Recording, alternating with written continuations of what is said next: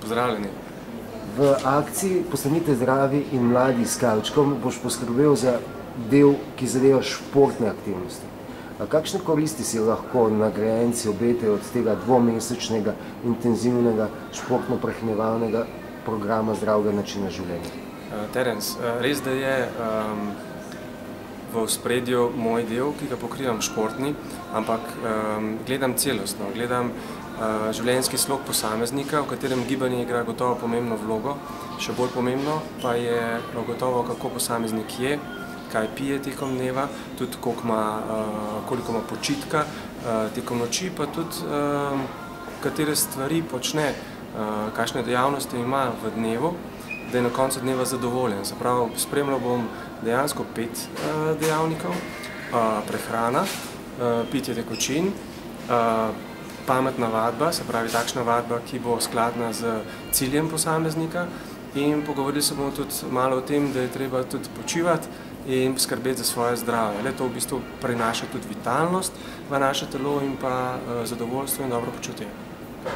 Ta program bo zasnovan individualno. Kako boš pristopil k zasnovi programa, ki ga boš svetoval nagrajencu? Tako kot živimo različne življenjske sloge, tako imamo tudi ljudje različne cilje.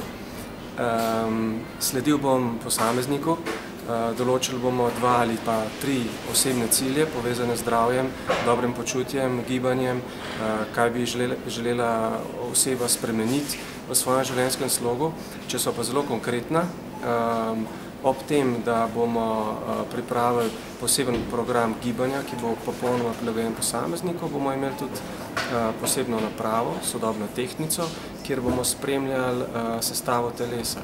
Se pravi, vse raziskave kažejo, da je delež telesne maščobe povezan z določenimi rizičnimi obolenji in da je delež puste mase naših mišic dejansko tisti dejavnik, ki vpliva na to, kako zdravi smo. Ni čisto v principu tako, kot je bilo zdaj povedano, ampak spremljali bomo parametre delež telesne maščobe, mišične mase, delež vode v telesu in na podlagi teh parametrov bomo tudi usmerjali posameznika k želenemu cilju. Hvala, Matej.